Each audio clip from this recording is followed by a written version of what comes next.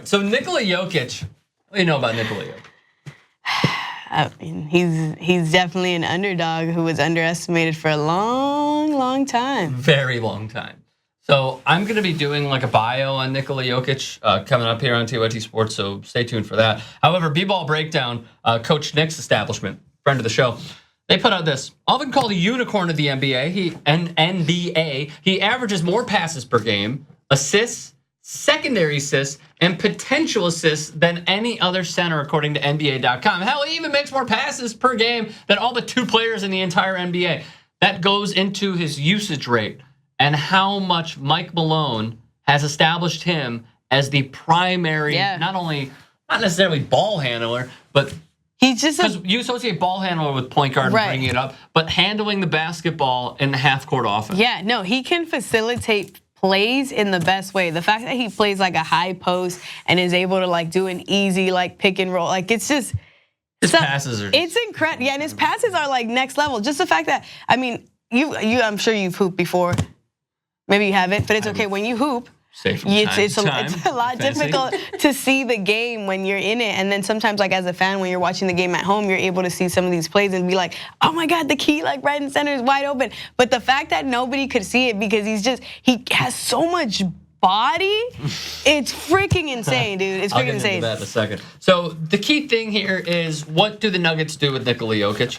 Well, Tom Ziller wrote about it. If the Nuggets pick up Jokic's cheap option for the 18-19 season due to league rules, Jokić would become a UFA in July 2019. That would mean he could sign with any club in the association, and Denver would not have the right to match that. This is a key difference between first and second round picks. So here we go.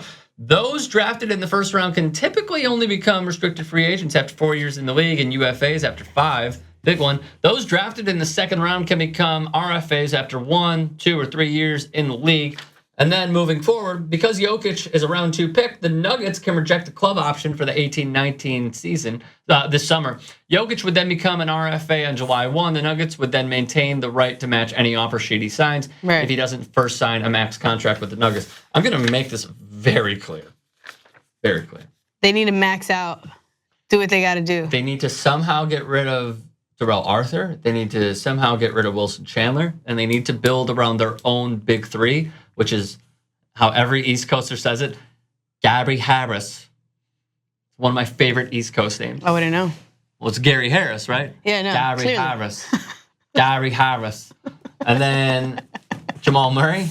And then Nikola Jokić. And just build around them. Because that is the future. I don't think that they're going to beat the Warriors, but I think they'll come damn close if they add some pretty good guys for less than starters' money. No, absolutely. I feel like, I don't know, a player like Jokić doesn't really come as easy. Like the fact that this guy was underestimated for 3 freaking years, right? 3 years, it was total, right? 3 or 4 years since he entered. Which 3-year window are you talking about? From the day that he got drafted. So he was drafted in 2014. Right. Here's the quick backstory. Technically, it's been 3 years. Drafted in 2014, appeared in the Summer League in 2015. He was the number 41 pick overall. He was a fat kid growing up. He even called himself a fat point guard. He was 290 pounds, worked with the Denver Nuggets, got down to 250, and that's when we started to see this rise, especially when they got rid of Jusuf Nurkic to Portland. Getting rid of Jusuf was a big help, but also the fact that they were able to utilize him to the best of his ability. Like he plays a high post for a reason. And again, like this guy's being called a unicorn because he really freaking is. So Denver has to be smart because New York would take offense to that though.